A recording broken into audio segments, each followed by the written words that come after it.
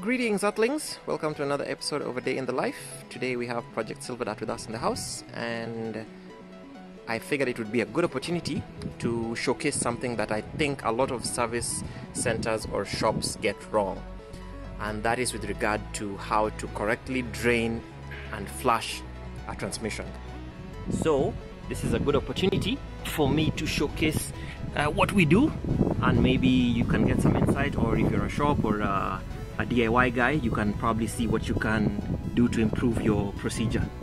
So typically most shops will just open the drain plug and let the fluid run out, cock it back up and seal the unit. But what we do is to first of all let the fluid get up to temperature. So it helps to have diagnostics so that you can see what the fluid temps are. And then after that, of course, you do the usual routine, which is just drain out what you have in the box, after which you can then run a simple cheat code that I shall showcase here. So for starters, the engine has been running for a while, but we've also flushed the engine, and now it's time to let go of the box contents. Since this is a Nissan Note, the transmission drain plug will be a 19mm bolt, so be careful with that as you take it off. It should have a copper washer. I can't see that here, but we'll install a fresh one anyway. And so yes, this is what happens. You get the fluid to drain out depending on how much was put in, because usually these boxes are overfilled. You just give it a moment. And this one it feels warm. I shall give the temps at which we recommend you should drain it. If you're going to do this DIY, please be careful. Transmission fluid can be very hot and can actually cause serious injury if you were to get in contact with it. Also, wear protection. As you can see, I have gloves on. This stuff is carcinogenic. It wouldn't be nice to have it get in contact with your skin for prolonged periods of time.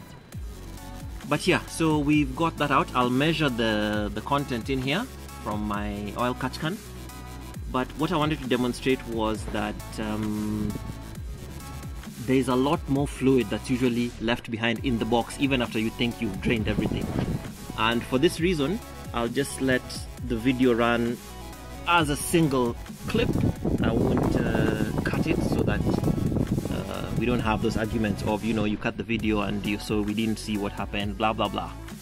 So we shall just let this run out, and while it's doing that, I shall also prepare up top. We'll need the diagnostic equipment to get the rest of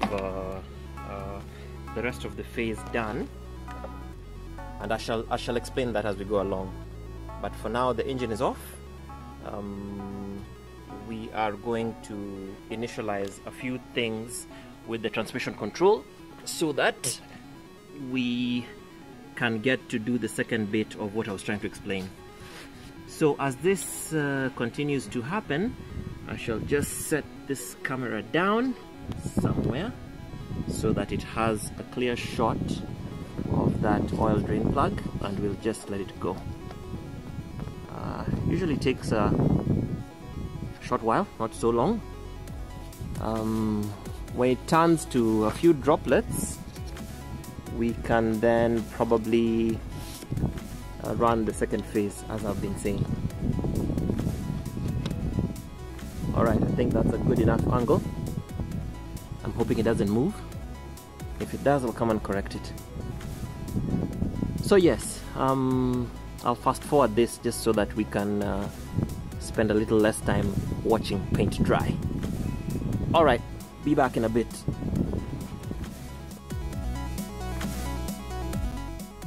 Alright, so now we're just down to a few drips per second. That means most of the fluid is out, and there is a shot of an axle stand in the back, meaning you can tell that the vehicle has been tilted with the nose up, so that we get as much of the fluid running towards the end of the oil pan where the drain plug is. Okay, so what I'm going to do next is I'm going to initialize the transmission control in order to allow us pulse the solenoids that control the gear changes. In this case, since it's a CVT, there are not too many of those, but the logic and the operating principle is the same. So we'll run the engine because we need the pump to actuate and churn out the rest of the fluid in the torque converter as well as the rest of the valve body. So just watch, because I have to go do that in the cabin. Just watch and see how much more fluid comes out as a proof of what I was saying.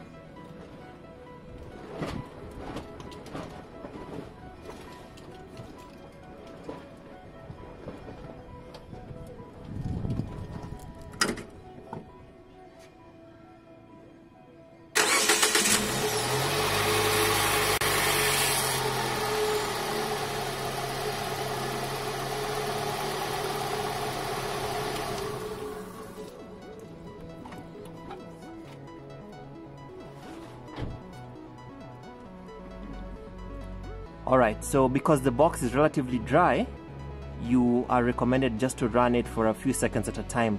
And I already initiated the transmission control to open the solenoids, and you can see how much more fluid comes out just by running this procedure. So there's a special, of course, procedure you have to run, and of course you need the equipment that can talk to the transmission control to do this. But look at that. That is usually over a liter or a liter and a half maybe in certain transmissions that is sitting in your valve body and in your torque converter. So if you just pop the drain plug and not run this procedure, you will not get all the fluid out, and you end up mixing fresh with old fluid, which then really doesn't work very well to perform a proper oil change or fluid change. So yes, that's phase one. We shall pulse it again after this stream stops, and then we shall run in some flushing fluid to clean out all the carbonation and sludge in there. And if we have some concerns, we shall pop out the element, replace it, and then put in some fresh fluid. So yes, just as a show, again, this is something that not many do, but is highly recommended. So we'll fast forward this again, let it drip dry, then pulse the second stage.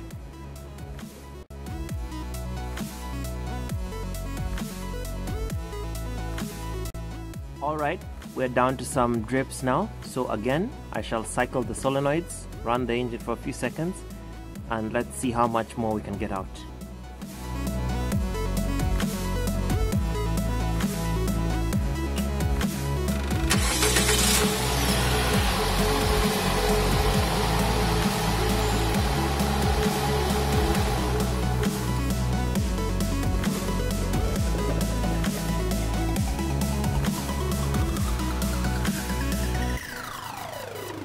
Not as much this time, but just a little more.